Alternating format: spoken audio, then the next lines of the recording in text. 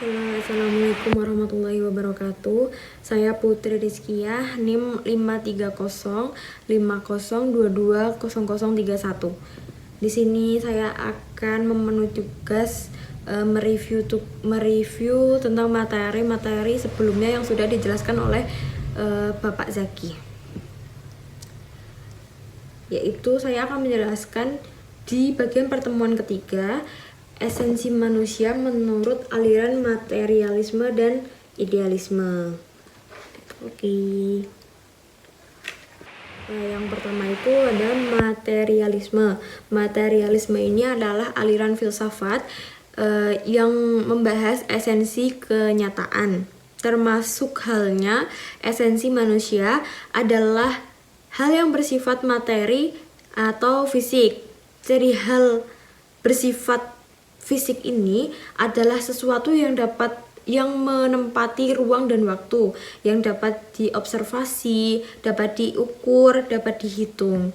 Peristiwa atau gejala-gejala yang terjadi pada kenyataan dan manusia ini harus bersifat indrawi, harus berdasarkan data-data yang indrawi. Kalau indrawi itu dapat dilihat, dapat dirasakan, dapat didengar, gitu namanya indrawi. Dan ini ya, materialisme juga percaya bahwa setiap gerak dapat dijelaskan menggunakan hukum kausalitas atau hukum sebab akibat. Itu kayak kenapa kita gerak gini, sebab aku nggak nyaman gini, gitu.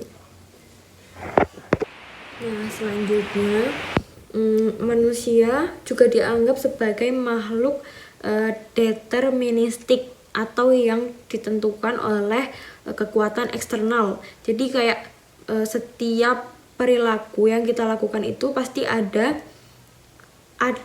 sebab dari peristiwa sebelumnya, ada akibat dari peristiwa-peristiwa sebelumnya, gitu. Contoh dari manusia yang dianggap makhluk deterministik ini misalnya seperti psikolog. Seseorang marah karena dia sakit hati atas perkataan orang lain atau perbuatan orang lain. Dari demikian kan jadi manusia tergantung dari peristiwa sebelumnya, kayak jadi tergantung dari eksternal gitu.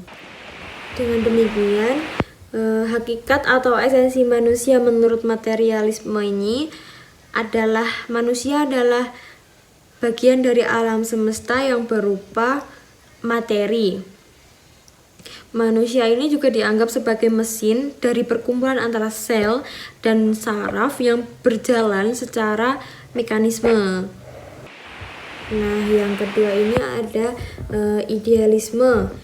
Idealisme meyakini bahwa esensi kenyataan termasuk juga esensi manusia adalah spirit, jiwa atau roh. Kekuatan dari kenyataan spiritual ini bisa dilihat dari kesadaran manusia seperti berkehendak, berkreatif, berperasaan.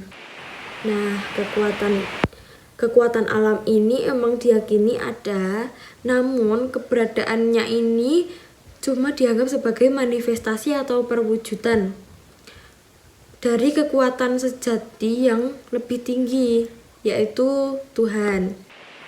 Para idealis juga percaya bahwa semua hukum alam telah diatur atau memiliki tujuan tertentu yang telah diatur oleh kekuatan spiritual tersebut.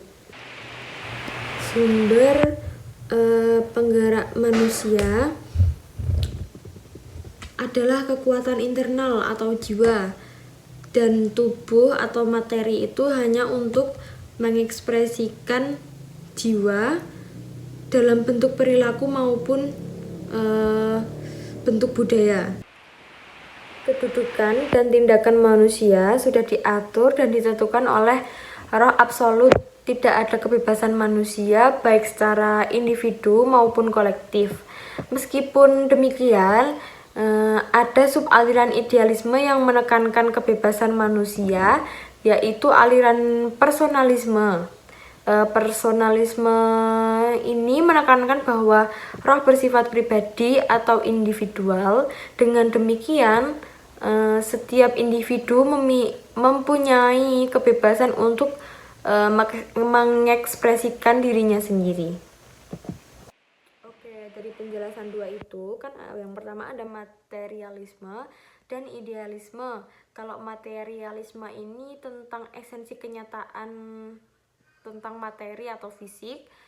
Kalau yang kedua ini idealisme, esensi kenyataan termasuk esensi manusia ini termasuk spiritual, jiwa atau roh. Gitu. Cukup sekian pembahasan dari saya, kurang lebihnya mohon maaf. Wassalamualaikum warahmatullahi wabarakatuh.